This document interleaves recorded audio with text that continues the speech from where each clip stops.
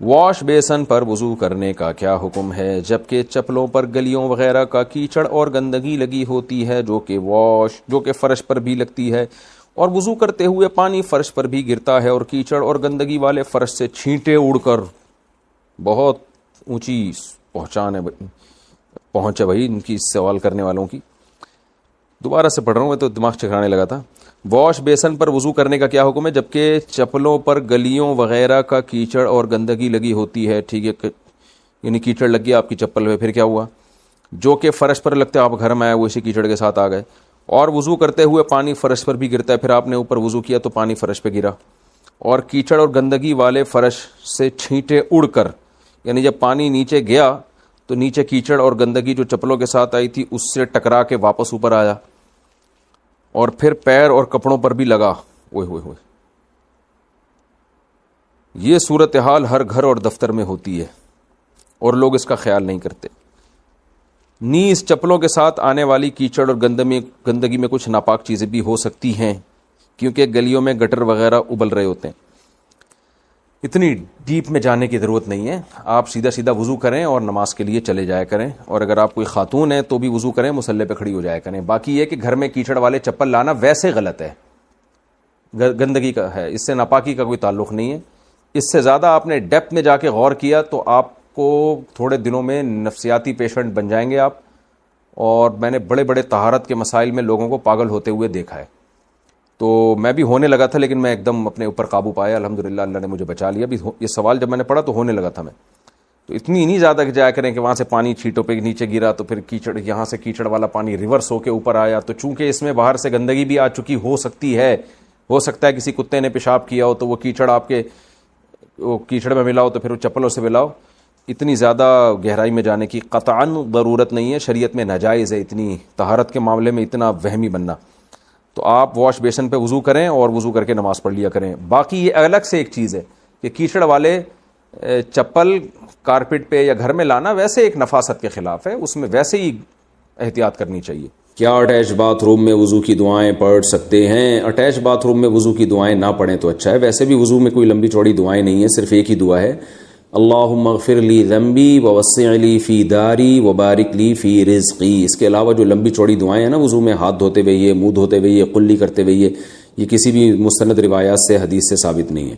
وضو کے بعد اعضاء کو پونچھنا، کیا وضو کرنے کے بعد اعضاء کو پونچھنا چاہیے یا نہیں؟ پونچھنا چاہیے، پونچھنا چاہیے، پتہ نہیں کس طرح سے لکھا ہوا ہے۔ ایک شعر یاد آ رہا ہے، بلال انصاری نے یہ سوال پوچھا ہے انڈیا سے، شعر یاد آ رہا ہے پونچھنے سے۔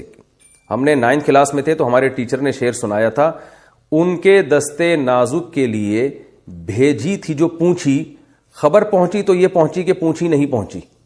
یعنی محبوبہ کے دستے نازک، ان کے نازک ہاتھوں کے لیے جو میں نے پونچھا کی، یوں سمجھے کہ چھوٹی سی پونچھے کو جو ہے نا پونچھی کہا جاتا ہے، یہ ہاتھ صاف کرنے کا رومال جسے کہتے ہیں، تو کہتے ہیں میں نے ان کے دستے نازک کے لیے جو رومال بھیجا تھا نا تو خبر یہ پہنچی کہ وہ رومال نہیں پہنچا، تو اس کو شاعر نے کہا ان کے دستے نازک کے لیے بھیجی تھی جو پونچھی، خبر پہنچی تو یہ پہنچی کہ پونچھی نہیں پہنچی۔ یعنی شاعر بیچارہ جل رہا ہے، کڑ رہا ہے کہ یار وہ رومال بھی نہیں پہنچا۔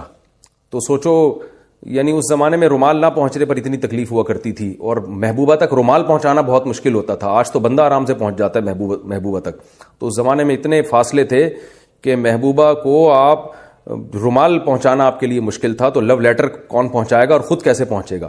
اور آج محبوبہ پہلے پہنچی ہوئی ہوتی ہے، بندہ لیٹ پہنچ رہا ہوتا ہے، یہ حالات ہو چکے ہیں۔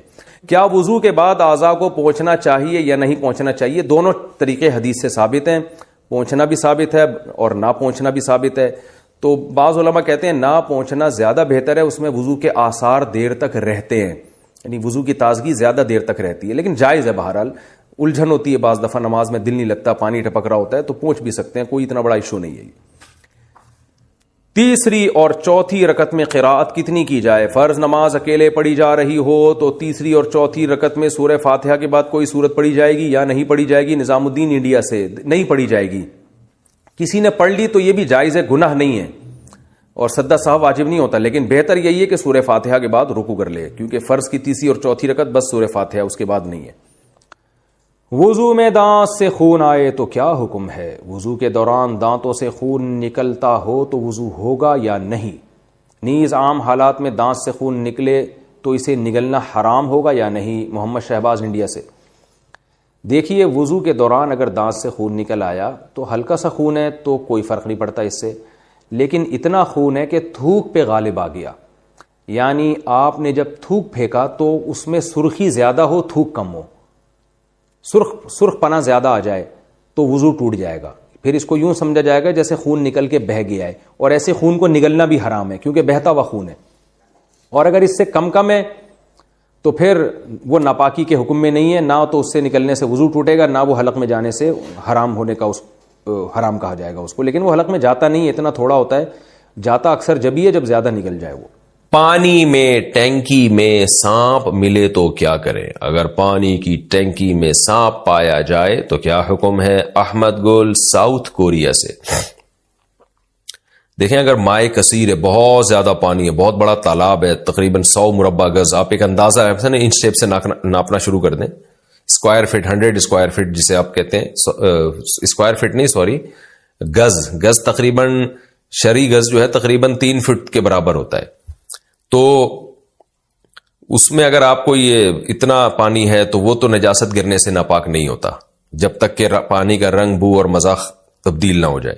لیکن اگر نارمل جیسے گھروں میں ٹینک ہوتے ہیں، اس میں اگر آپ کو سانپ ملا ہے تو اگر وہ سمندری سانپ ہے تو اس سے کچھ نہیں ہوتا، پانی ناپاک نہیں ہوتا، سمندر کے اندر کے جو جانور ہیں جن میں خون نہیں ہوتا وہ ناپاک نہیں ہوتے، یا پانی کے ذریعہ جانور بھی ناپاک نہیں ہوتے۔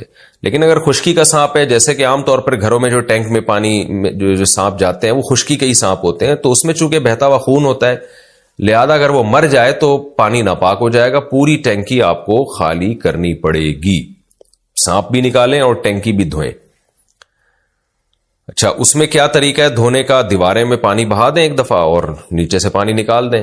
آسان طریقہ یہ ہے کہ جی سانپ پہلے نکال کے پھینکیں، اس کے اگر کوئی ذرات نظر آئے وہ بھی نکال دیں، اس کے بعد آپ ٹینکی کو بھر دیں اور پانی بہنا شروع ہو جائے، تو بہتا ہوا پانی بھی پاک ہوتا ہے، نل کے سارے کھول دیں آپ، تو وہ پانی جب بہنا شروع ہوگا اور ایک طرف سے ٹینکی کے اندر پانی جانا شروع ہو، ٹینکی بھی فل ہو گئی اور پانی بہنا شروع ہو گیا، سارے نلکوں سے پانی بہنا شروع کر دیں، بہاؤ پانی کا شروع ہو جائے، اور تو اس سے ٹینکی پاک ہو جائے گی آپ کی۔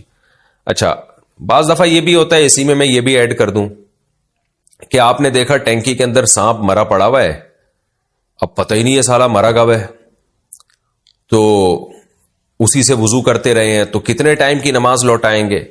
تو اگر وہ پھول گیا اور پھٹ گیا ہے تو 3 دن کی نمازیں لوٹائی جائیں گی، 3 دن کا مطلب 72 گھنٹے میں جتنی نمازیں آئی ہیں ساری لوٹائی جائیں گی، اور اگر وہ پھولا پھٹا نہیں ہے تو پھر 24 گھنٹے کی یعنی 5 نمازیں وتر سمیت 6 نمازیں ہو جاتی ہیں تو وہ لوٹائی جائیں گی۔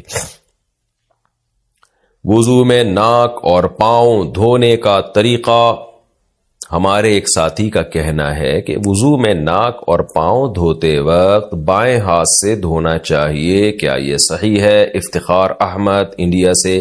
جی ہاں، ناک میں پانی تو آپ سیدھے ہاتھ سے ہی ڈالیں، لیکن اندر جو انگلی سے صاف کریں وہ الٹے ہاتھ سے صاف کریں، باقی پاؤں بھی الٹے ہاتھ سے دھونے چاہیے۔